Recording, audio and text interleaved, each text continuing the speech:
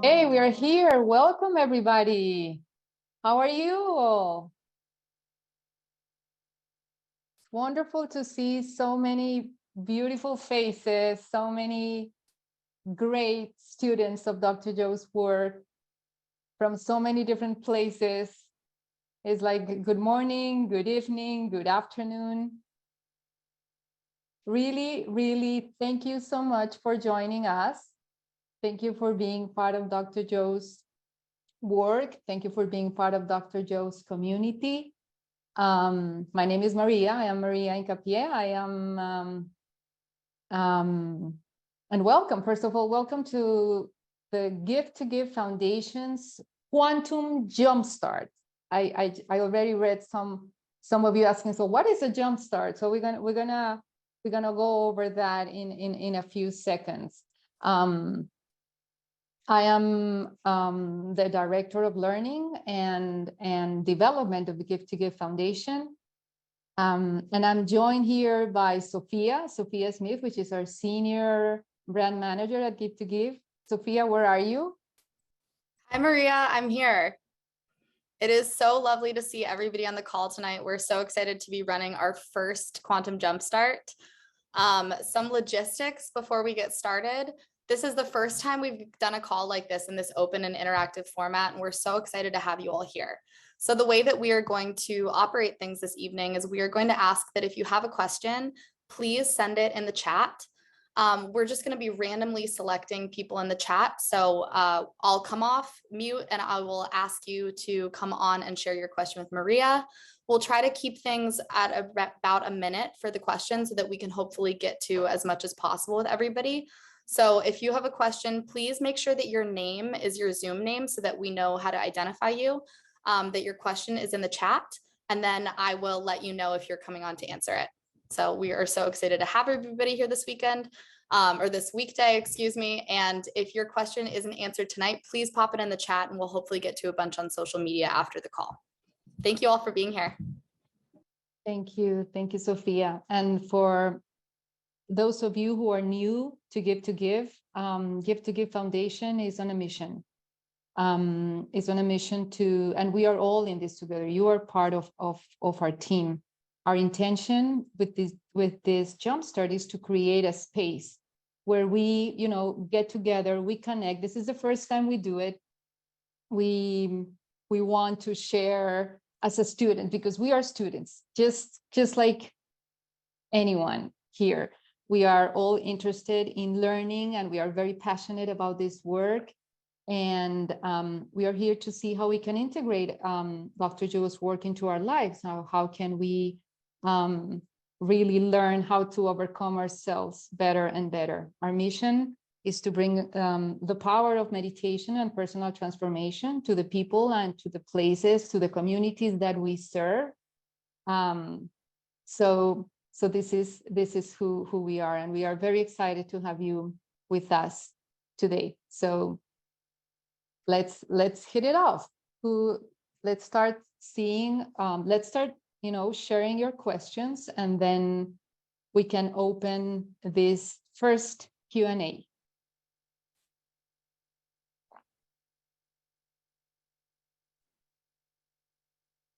Okay. Thank First you, question I've Bonnie. seen come in is about pulling the mind out of the body. Poonam, if you would like to share that question with Maria. Exactly. Thank you, Sophia. Thank you, Maria.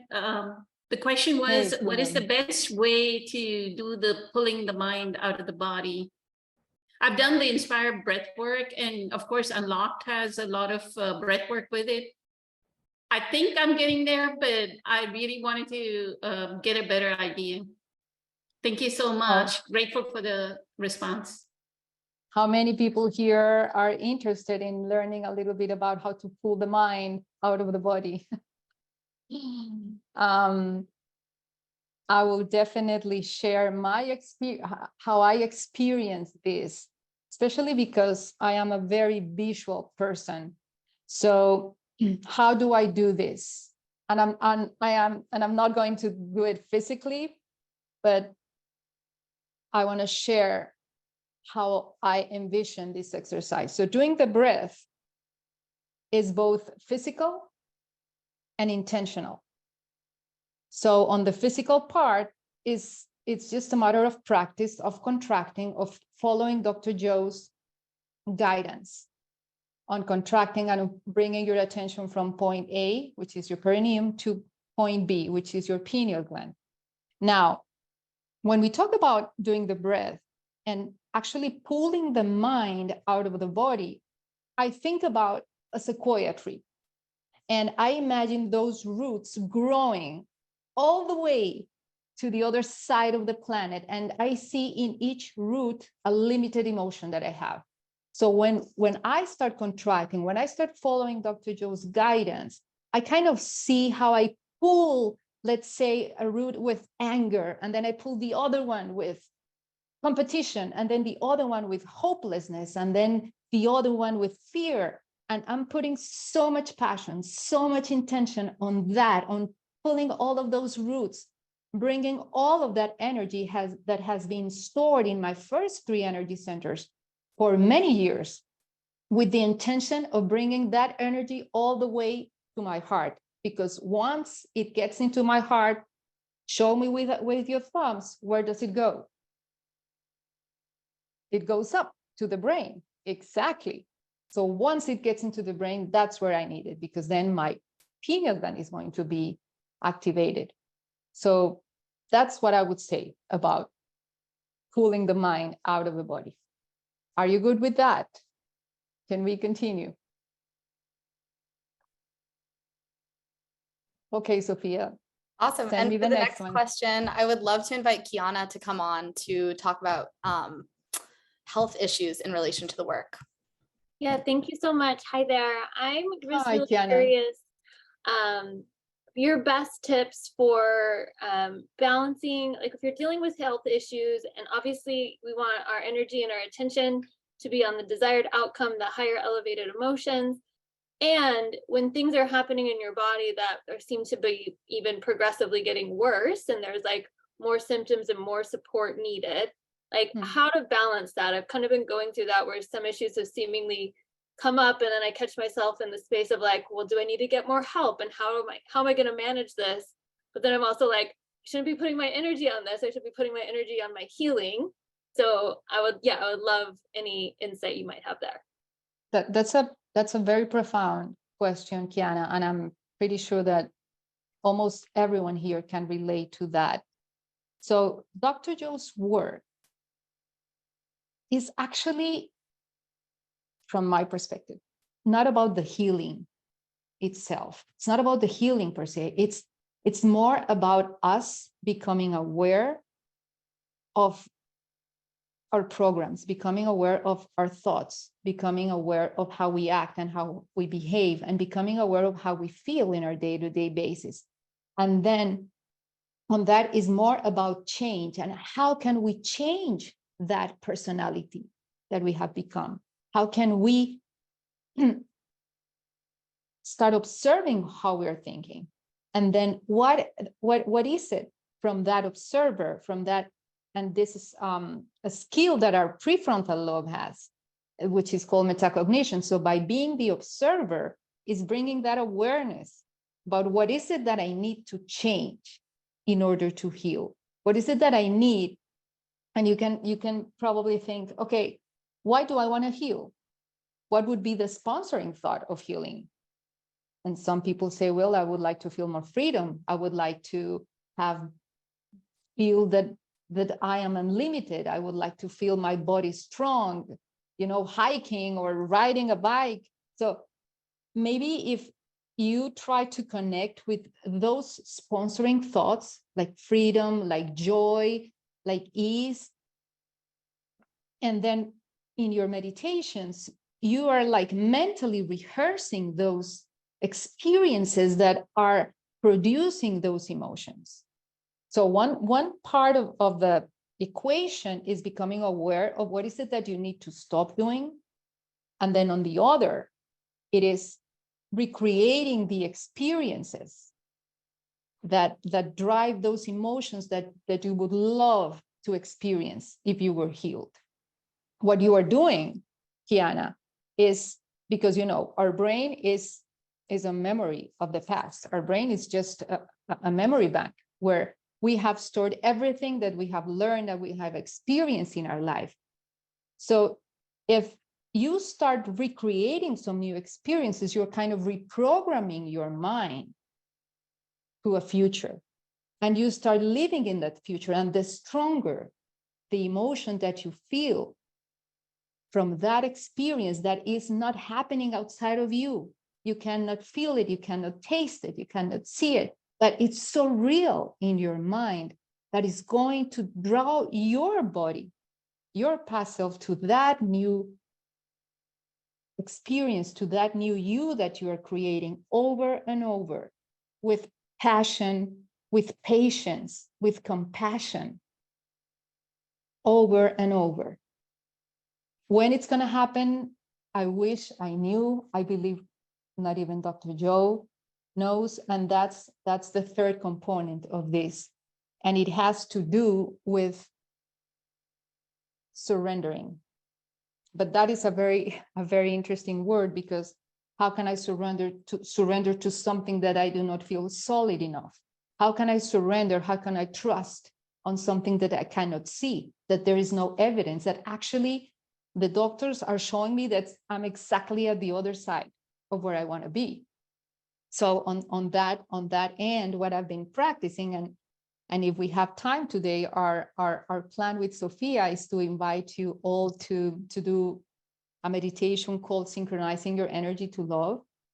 So that meditation in particular is the one I've been doing lately, because I realized that I wanted to feel more love in my life. But how can I do that if I do not feel enough love, or if I do not feel enough health, or if I do not feel enough wealth in my life? And then if you put attention, and that meditation in particular, Dr. Joe says, almost at half of it, it says, it's time to bring more love in your life. And you could relate love to health, for example. It's time to bring more health. It's time to bring more wealth. But then when he says that, he adds, from the field of infinite frequencies. So that was like that blew my mind, because I thought, okay, I want more love, and I'm not finding it outside of me. My teenagers are not giving me the love that I want. This person is not giving me the love that I want. This other thing, this other condition, my body is not giving me the love that I want. But what if I bring the love from the field, and I can pull it? I pull it all the way to my body. And I can actually do that, because we have learned that the field is where all possibilities exist, and they are unlimited. So that's how I have come to, wake up every morning and sit and connect to that meditation and do it over and over again, knowing that once is not going to be enough, but one day I'm going to pull enough love so that I will feel that sense of wholeness and oneness that I really want inside of me, not from something outside of me. So that's what I would like to share from that question. How does it land on you, Kiana? Yeah, that's beautiful. Thank you. I feel like my brain still has a little bit of like the details, but that gives me a lot to work with. And, if what I need is more love and more feeling more supported, maybe I can have that energy and also still, get extra help without me kind of taking myself out of the process of change in the direction that I want. So yeah, thank you so much. Absolutely. Awesome. And up next, I would love to invite Kathy to come off of mute to share her question. And Kim, to your question, synchronizing your energy to love. Yeah, that's the one I mean. I just realized we can pull love from the quantum as much as we want.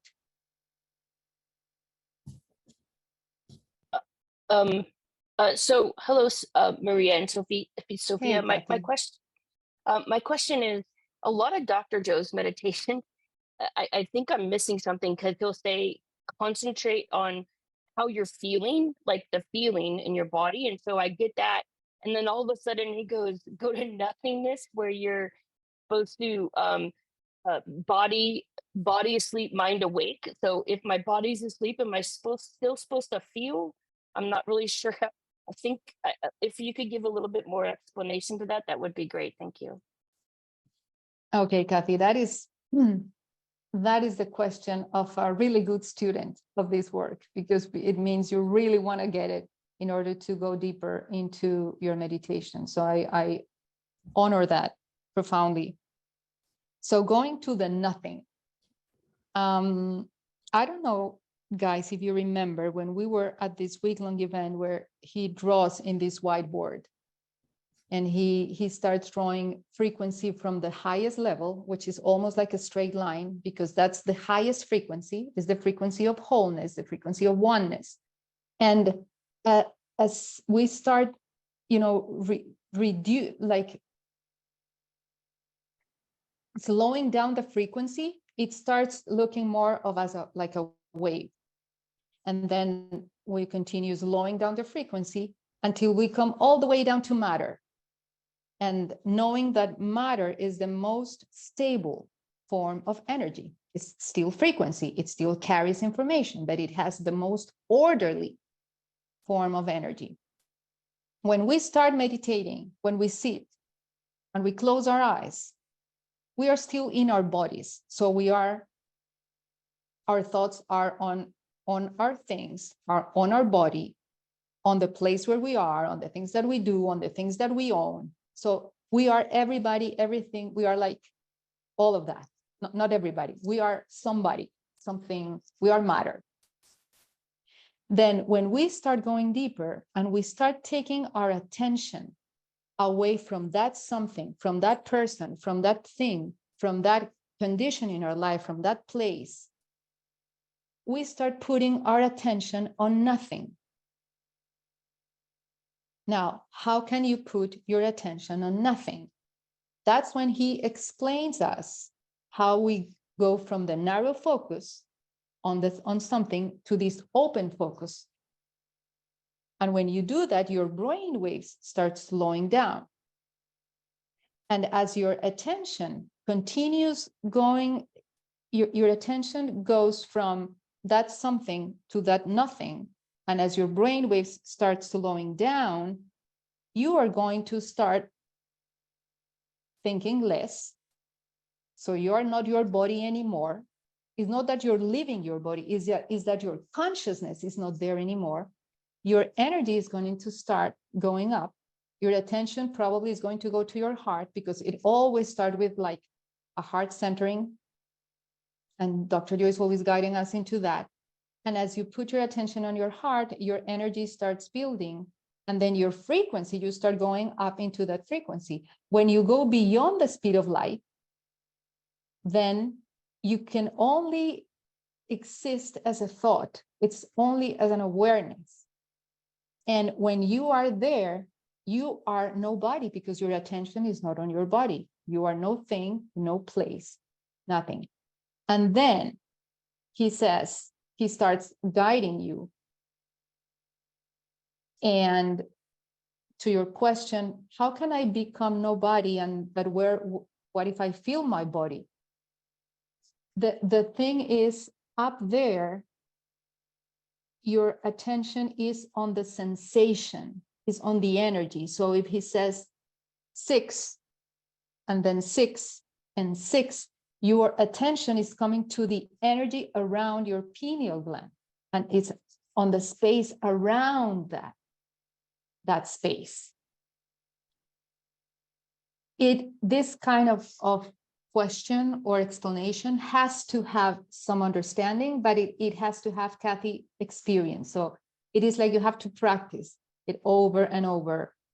What I always do is I like to go outside to do the walking meditation, because I open my focus and I start sensing, and I'm still there. I know I am my body, but my attention is somewhere else, and I go deeper into that.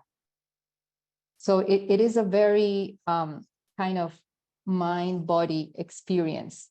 it is not just it cannot be only understood through the words. It has to bring in the experience over and over. And I heard Dr. Joe in one of his last, I believe it was Dr. Joe Live, the last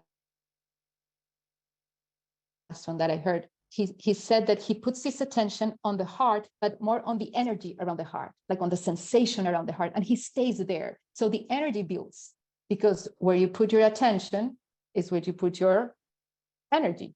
So the more you stay in that place, it's going to build and it's going to build. And you're not going to be thinking about your neighbor or your body or the things that you own or the place that you are. And that's when you are in the nothing. And that's your door to the quantum. That's your door to the unified field where we create and where we connect with everything that we have ever dreamed of. Is this making sense, Kathy?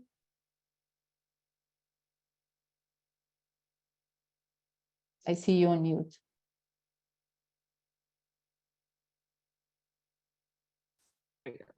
Thank you. So yeah, I get that. Like I can get to nothingness, but sometimes he'll say, like, he'll be in a meditation and I'll be in nothingness, and then he says, your mind awake and your body asleep, and then feel your body. So I'm like, wait, if my body's asleep, so I'm feeling energy, not literally trying to feel my body. I guess that's more my question. Yeah, exactly. You're feeling the energy. You're feeling the energy around your body. So like you're feeling not your literal body when he says feel, it's the energy. It's the energy. And the reason he says feel is because he wants us, when we come back, he wants us to remember the sensation. He wants us to remember that experience so that we can recreate it in our minds when we are out of the meditation. Because then there we're going to be more connected to those experiences than to what we have in front of us.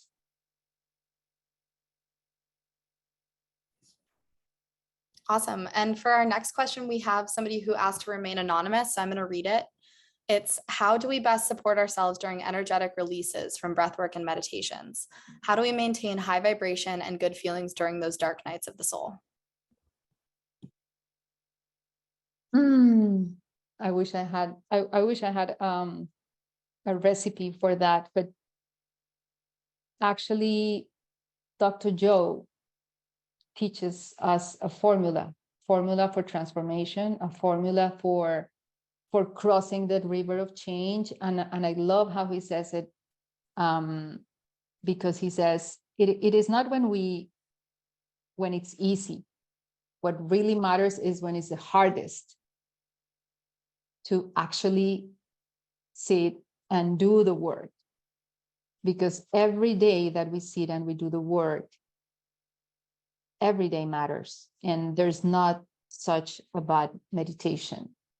So in a way is moving with some sort of certainty and some sort of conviction that this works, that we just need to let go of the result. And we just need to commit and to get lost in the act, get lost on the act of just sitting and doing the breath, get lost in the act of just putting your attention on the heart, get lost in the act of just becoming nothing and just staying there until one day that thing that we are seeking to is going to come and it's going to find us, because that's the way it usually works. It's going to come in the way we least expect. And to the point of how can we go through that in our darkest nights? I've been there so many times. And what I can tell you from my heart is crossing that river of change is something that is not easy. If it was easy, everyone would be doing it. But if this helps in any way, we are all in this together as a community, and it is part of us being human. So I would say just go with it and be gentle with you and take good care of you and love yourself enough to do this work over and over again.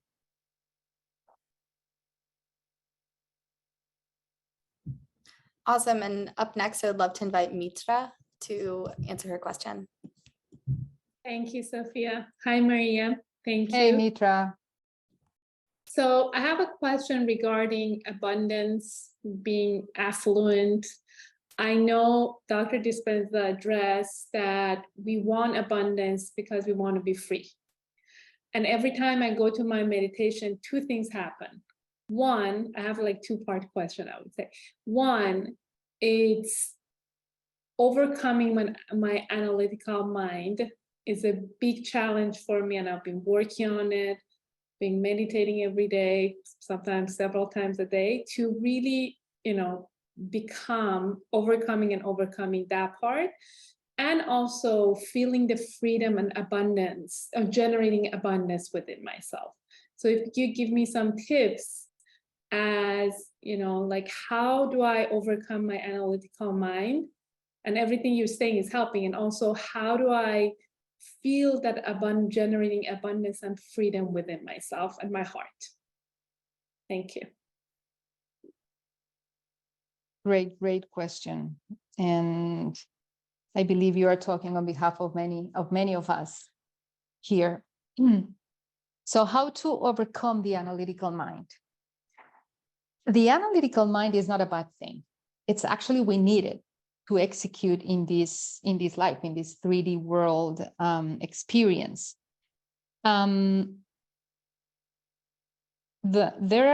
are two ways that I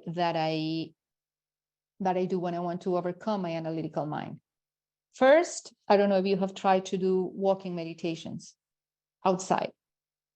The reason it works for me is because I go from this narrow focus on my cell phone, on my things here. And even when I close my eyes in my room, I'm still in my thinking. But if I go outside, I'm pushed to open my focus. So going from this narrow focus or convergent focus to divergent focus. When I go to this divergent focus and I try to grab everything I have in front of me, the lake, the trees, the grass, the cars, the buildings, the sidewalk, the people, whatever is there, that immediately slows down my brainwaves, how I was explaining to Kathy. So when you slow down your brainwaves, your analytical mind, which is your mind in action, when you're in beta, you start going from beta to alpha. In alpha, you're more creative and your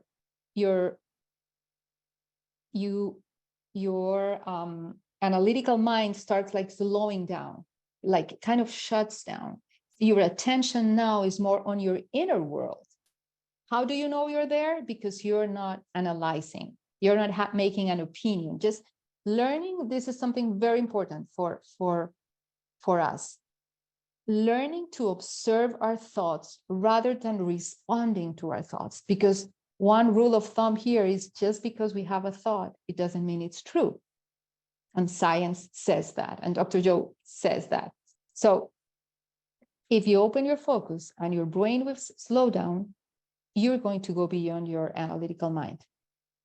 Another exercise that I do, if you want to do it right now with me, put your attention on your right elbow.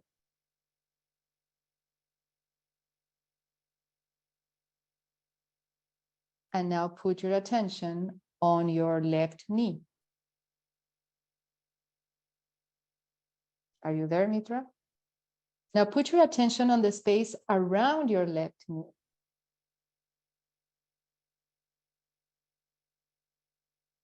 Now, if you're seeing me, rub your hands. We're not going to do a coherence healing, but just wrap your hands and open your hands and put your attention on the space between your palms. And try to feel that like air balloon there. And just putting your attention on that space between your hands. I feel it. So what were you thinking, Mitra? As I was observing my awareness, which was very interesting, it was very sticky. It was sticking to your words instead of going to the elbow and to the knee. But as you kept moving me to the places, and yeah, then it's like, okay, I'm catching up, I'm coming. It's like a practice. And then when I did my hands, it's just like I was all there.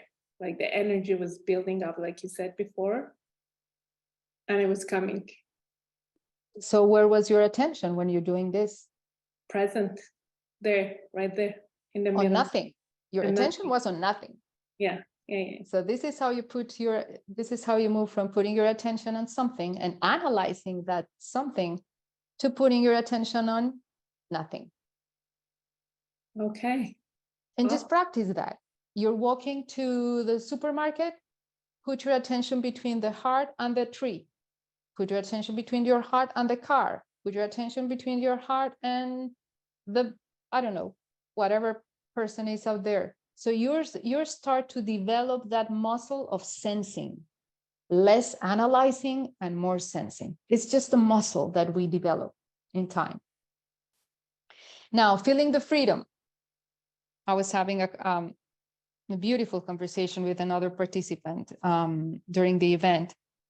And this person was telling me, how do I set a clear intention? I'm not sure how I want to create.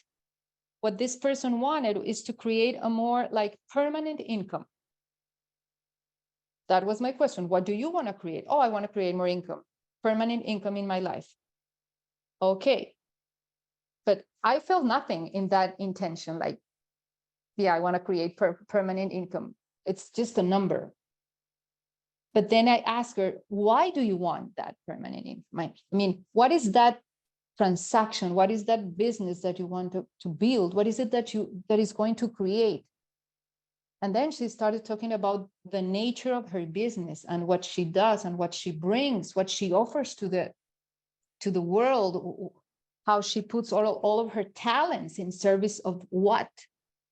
And then I could see her eyes, her eyebrows, beautiful blue eyes opening wide. And then I asked, so what is the emotion that you feel right now? And she said, oh, I feel so much joy. I feel so happy because what I do really matters. It can change the life of many people and their families and then the communities where they live. And I say, okay, so what if you connect to that emotion? Because connecting to a bill, to $100 bill, some might get excited, but in my case, if you ask me, I need more than that. Yeah, absolutely. Because we are here, and as Dr. Joe always says, giving is the ultimate state of receiving. So probably connecting to that something, that experience, would definitely elevate your internal energy, will give you goosebumps. Just to think about that. So it's more about focusing on giving than even on the receiving part. Very, very helpful. Thank you so much. You're very welcome. Okay, it's 20 minutes to the hour. Sophia, what do you think? I think it would be great to take one or two more questions and then we can get into the meditation portion. Okay. I'd love to invite Catherine Harrison up next. Where are you, Hi. Catherine? I'm doing well. Hope you are. Hi, how are you? Very good. Thank you. Good. Great to So meet my question is, since doing a lot of my spiritual work, but especially since doing Dr. Joe's work, there has been so many shifts in my relationships.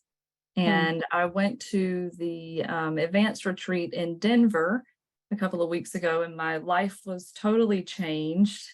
And I've been holding on to that feeling since then. And it seems like my friends and family are really having a difficult time being in the same vibration as I am, and I understand why that happens, because Dr. Joe explained it. But my question is, how do we gently let them know what is happening with us so that they can understand why there's such a disconnect?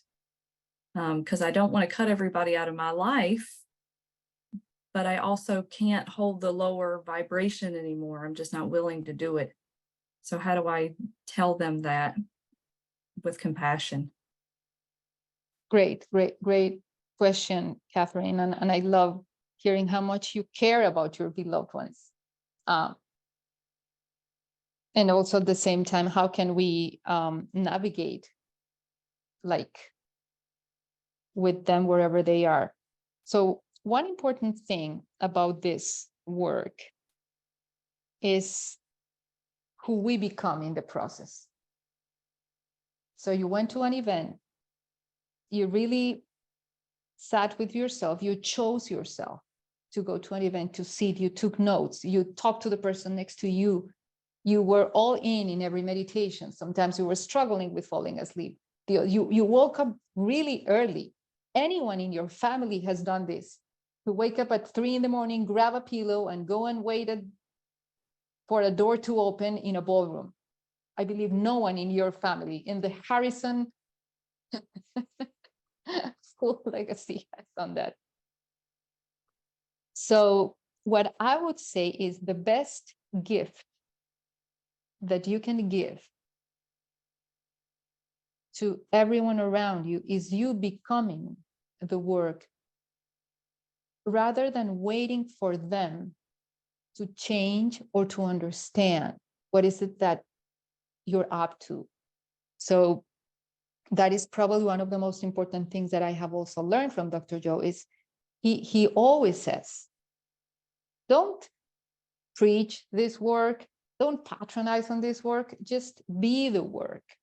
So what could you bring, for example, for a conversation on a Sunday, crowded lunch family gathering? If you just stay in your heart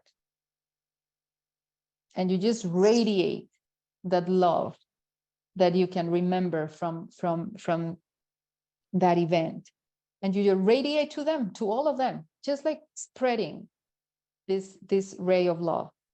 And maybe another day you may tune into gratitude and just radiate gratitude for your family, however they are, with their shortcomings, with their programs, with their own stories, but just feeling grateful for each one of them and feeling grateful for you, for having the opportunity to be there and to be the observer of that. Now, it is super important that in the moment you're triggered, because probably those are the moments when you would really love for them to change in a way, then you choose not to react. And it's okay if you react. Dr. Joe also taught us that it's really not about reacting, because we are so human, but it's more about for how long are you going to stay in that state. So your sister-in-law says something, rolls her eyes all over the place, and you choosing not to react, because you now know, Catherine Harrison, that you have a choice between your past and your future. And in the moment you react in the same way as you did before the event, that is going to take you all the way back to the past. And we all here, one thing for sure we have in common: we have different color hair, we have different surroundings, we live in so many different places, time zones, but one thing for sure we all have in common here is that we are in love with our future. We are falling in love every day with our lives, and we are falling in love with our future more and more. So just stay loyal to that. Like if this was your most loving relationship, with being loyal to yourself and to your future. Make sense? And then you can laugh about what you see a little bit.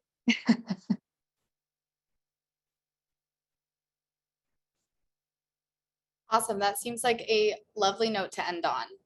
So Maria, if you'd like to introduce the meditation portion, I know we had two options tonight, depending how people are feeling on time. We have a shorter option, one of the generating series, it's generating gratitude, or we can do synchronizing your love, which is just over an hour. So if people want to pop how they're feeling into the chat, we have both of those options.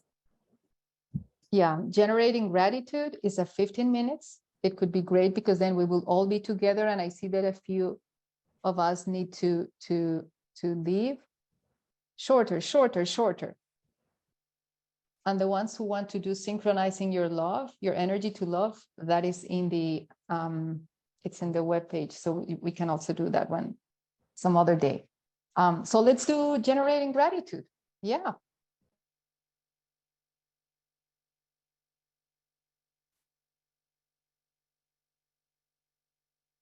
So we're gonna play the meditation, and you're free to leave as soon as you finish. You can turn your cameras off. We're gonna mute everyone. And we just want to say thank you for joining us. Thank you for, oh, Robin, I see you. Thank you for being part of this beautiful work, and thank you for making a difference in the world. Thank you for believing in you and choosing yourselves to be more in this world. Very much needed and very much appreciated on behalf of the Give to Give team, and of everyone here, and of Dr. Joe.